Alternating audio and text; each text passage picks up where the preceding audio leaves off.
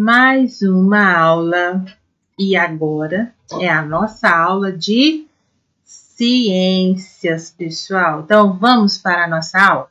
Ó, ciências, prepara o material aí.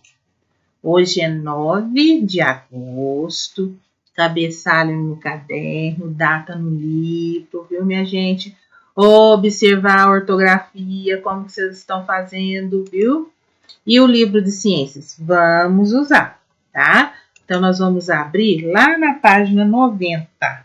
Na página 90, a gente vai dar continuidade, né, ao capítulo 5. O capítulo 5, que nós já falamos semana passada, ele fala sobre doenças provocadas por micro-organismos, né? E agora nós vamos dar continuidade falando de quem? De qual doença? 3 doenças, que é a dengue, a zika e a chikungunya.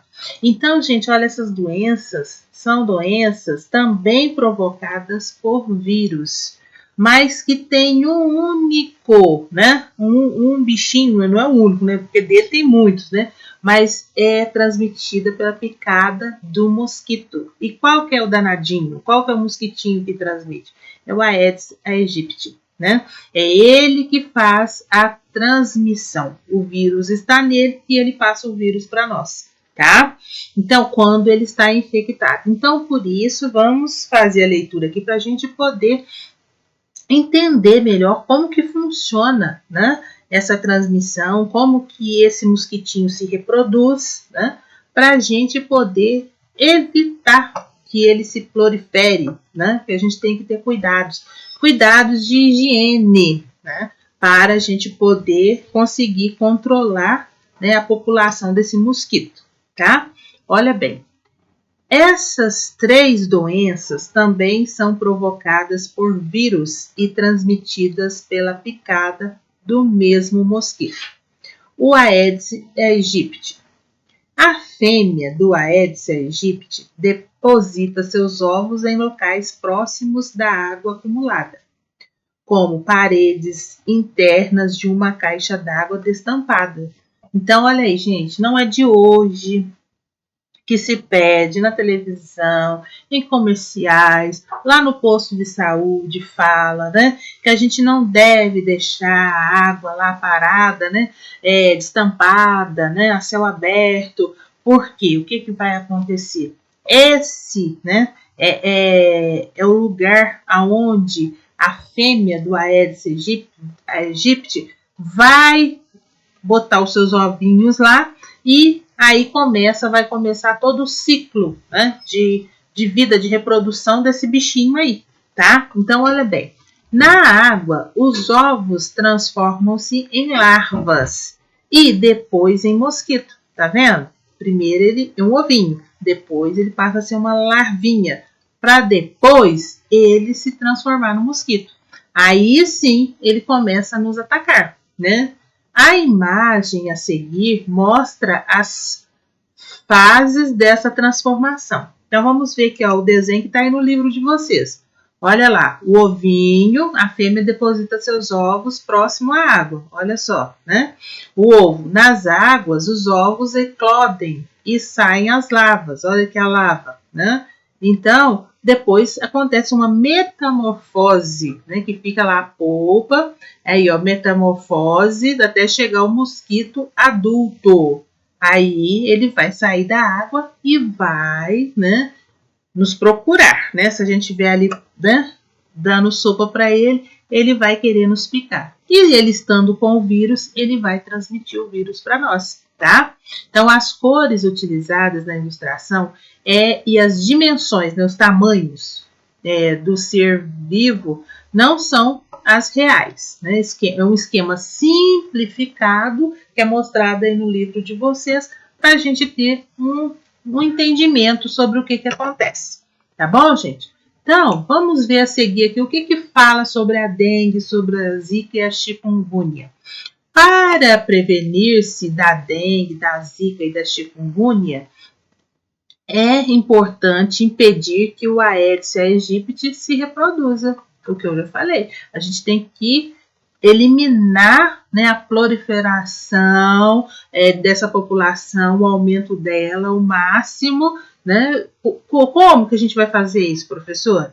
Vamos ver a seguir o que fala. Olha, como a fêmea depende da água para isso acontecer, as medidas preventivas sempre reforçam a importância de não deixar a água acumulada. Outras medidas de prevenção também devem ser tomadas, tais como o uso de repelente contra insetos e telas de proteção de malha fina, mosquiteiro nas residências, né? Em determinadas épocas do ano, como o verão, o número de casos de dengue, zika e chikungunya aumenta muito. Para impedir que isso aconteça, são feitas muitas campanhas envolvendo os governos e outros setores da sociedade. Observe a página a seguir. Então, nós vamos ver agora na página 91, gente. O que traz aí? Um cartaz, olha, vocês já viram cartazes como esse daí, né, semelhante a este, fazendo um trabalho, né, de prevenção, de estímulo que as pessoas não deixem água parada. Eu já vi, gente, em alguns lugares que eu já passei, eu já vi, mesmo diante de campanhas, tem gente que ainda deixa lá a caixa d'água destampada.